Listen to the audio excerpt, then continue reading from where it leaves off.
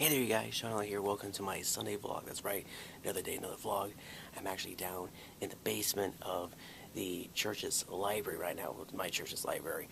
And let me just say that I am so fascinated with all the books they've got here, not just because of the content, but some of these are extremely old. Some of them date back to the 1800s. This one right here, Mystery of Healing, 1882. What? I remember I found a book that dated back to like 1844, one of these shelves over here. Here, let's go down this one.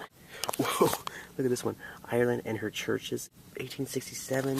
Some of them go up to 2000. I see one there, 1990, 2006, 1983, 1982, or 1922, excuse me. Yeah, some of these books are really, really old, and it's pretty amazing.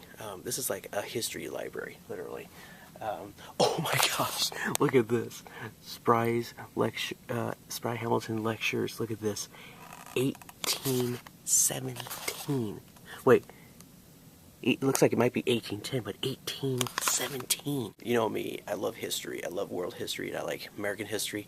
This is history right here, folks. I even have some old books myself. I have one that dates to 1900 exactly. It's like 12 famous actresses. Of course, they're not famous anymore because it was 1900s. It was back. The actresses that are featured in the book are actually from the 1800s. So, yeah, go figure. I also have another book that is actually the first edition of Jules Verne's tour around the world in 80 days. It's not around the world in 80 days. It's actually tour around the world in 80 days. It's in Professor Word's little shelf of books. I gotta find it so I can show you. But yeah, I'll show you those books back at home. But yes, I actually have a few books that date back to almost 100 years ago, which is incredible. Over 100 years, actually. But anyways, I'm down here. Just wanted to take a break, and I will be back here tonight. But yeah, just wanted to get this out of the way, because this is really, really cool stuff. What I'm about to show you guys is just a small sample of my large collection of old books that I have from my grandfather's place. I don't know exactly which one's my oldest, but some of these do date back quite a ways, and this is a small collection, like I said, but there's a lot more that I have in my bookshelf. Here we go. So this is part of a collection of what they call little leather library books, and there's 5 of them. I'm pretty sure there were more when they were produced, but these were produced in New York. And off the bat here we have Speeches and Addresses by Abraham Lincoln. This is 50 Best Poems of America. I'm not sure which poems they are because I haven't looked in them. The Man Who Was by Rudyard Kipling. I think that's how you pronounce it. The Phantom Rickshaw by the same author. And here is Barrack Room Ballads by the same author. Now, I don't exactly know when these were actually released because it doesn't say what year. There's no copyright or like a release date as to when these were made. So my guess is that since these are very old, they probably were released back in the 1910s, 1920s, because you don't see books like this nowadays. But yes, these are little tiny books, little leather library books, and there's 5 of them. I believe these were on the very top shelf of his bookshelf. This is Hamlet, and this is kind of an interesting one because look at this. This says, this book is the property of Napa Union High School. Now, that's okay because I'll show you what is going to happen later on in just a minute, but look at this. The date, the first date this book was signed for the high school, look at this, September 20th, 1926. I know it looks like it says 2026, but that's of course in the future, but there's an apostrophe right here, but it says September 20th, 1926. Now, I don't know if it looks like one of the pages was torn out. Maybe it might have been the date when it was released. Oh, ooh, I didn't see this here before. DJ and JR. Ooh, I didn't see that there before. Yeah, so I don't know exactly. Oh, what's this? USC. Oh my gosh, this is a sticker for the Trojans.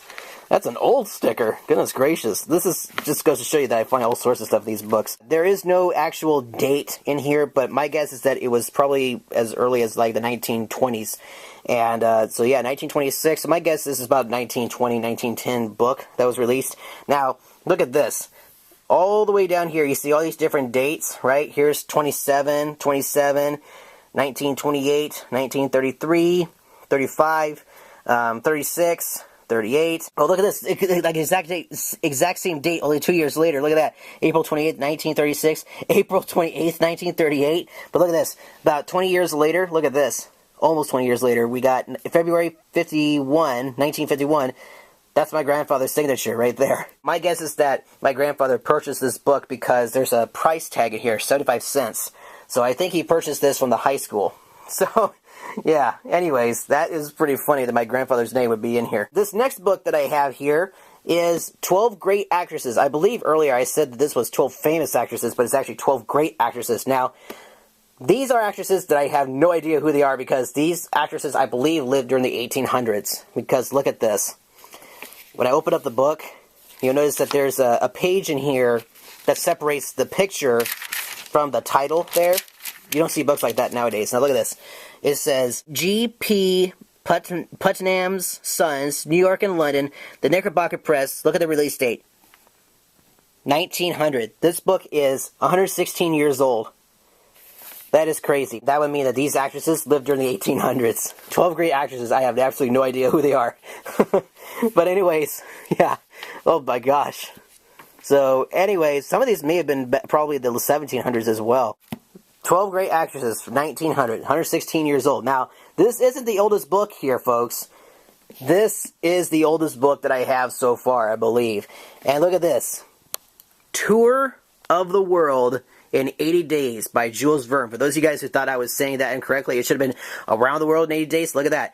Tour of the World in 80 Days. This is a rare copy. Now, you ready for this? Guess what the year is in this book. I'll give you guys a second. What was the release date for this? For this particular novel? Okay. You guys have your answer? Let's take a look. This was purchased for $6, by the way. This book, this particular version of The Tour of the World in 80 Days by Jules Verne, author of 20,000 Leagues Under the Sea and The Mysterious Island. Ready for this? It was released, this novel was released, this one in particular, in 1888. This was around the time when the book was released, like maybe 10 years later. But originally, I think the first edition in the UK was Around the World in 80 Days, but America was like Tour of the World in 80 Days. Nowadays, it's just called Around the World in 80 Days. This is a rare book, you guys. This is a collector's item. 1888. That is crazy. S.A. Maxwell and Company in Chicago.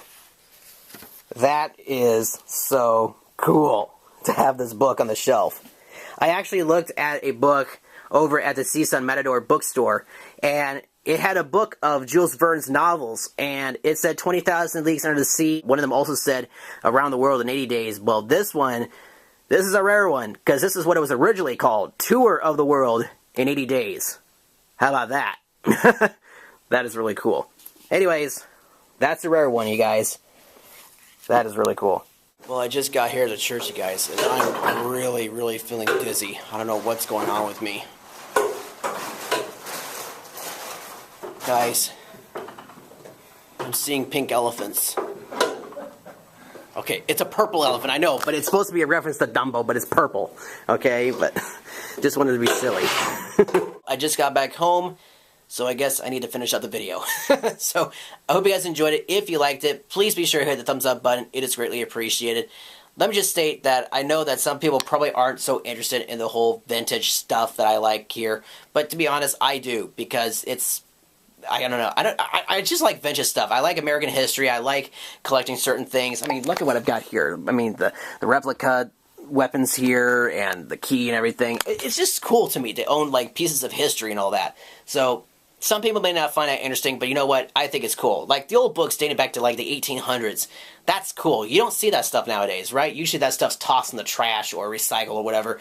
But I like owning it. It's really cool. And let me just also point out that I'm not into the whole digitization of books and, you know, other forms of literature, because there comes a point in your time when you're going through this stuff on the computer or the Kindle, you're like, you know what, I want to have the physical book or the physical comic book, and you like to have it in your hand and flip through the pages. Yes, this is a Spider-Man comic with Wolverine. It's not so fun when you're looking at it on the computer. It's more fun to have it with you in your hands and not have to rely on a computer for all that stuff. I also like collecting books that I've used throughout my schooling years. Like, I'll give an example. These books right here that are in the film section of my library, these are all books I got from my community college and from CSUN. Like, this one right here, Broadcasting in America, that's from my first semester at community college. And then this one, Directing, was my very last book that I used in the film media arts section for, you know, getting my associate's degree. And, yeah, it's a good source. And by the way, for those of you who are planning on returning your books in the future, I highly recommend that you don't. And the reason I say that is because later on down the road, you may need those books because they are a valuable source of information. Like, I can honestly say I'm glad that I did not return this book, because 2 years after I finished this course, or the class for Final Cut Pro 7, I started editing my videos on Final Cut, and I forgot a lot of the stuff that I learned from the class. So I was so glad to have this textbook. So if for some reason you need to sell your textbook, or you plan on selling your textbook, don't. Save up your money, you guys. And let me also point out, you're not going to get the same full price you got the first time, because you may have highlighted the book or put your own notes in it. If you got a book that was, say, like $80, you might get maybe $70. But if you put your own notes in it, you might get maybe $40 at least. So anyways, it's best to keep the books on your shelf. Yes, it does look great on the shelf, but it's also a good source of information. Yes, I do look back at them. In fact, I pulled this one out recently, the Filmmaker's Handbook. I do recommend this one. For Final Cut Pro 7, yes, this is a good one. And directing, I haven't looked at this one in a long time, so I might have to look at that one again. iMovie HD, Anyways, enough about that. Thank you all so much for watching again, and if you thought this video was interesting, hit the thumbs up button. It's greatly appreciated. And don't forget to also check out my other 3 channels, the Educational Series, the Design Video Series, and the Travel Town Series. Well, that's pretty much it. I'm about to go to bed, and I'm going to head up to CSUN once again tomorrow, so that's pretty much all to say. Oh, by the way, it's raining out there, and I really hope it's not raining tomorrow, because I don't like driving out there in that rain. Ugh, miserable. Alright, thank you all so much for watching. End scene.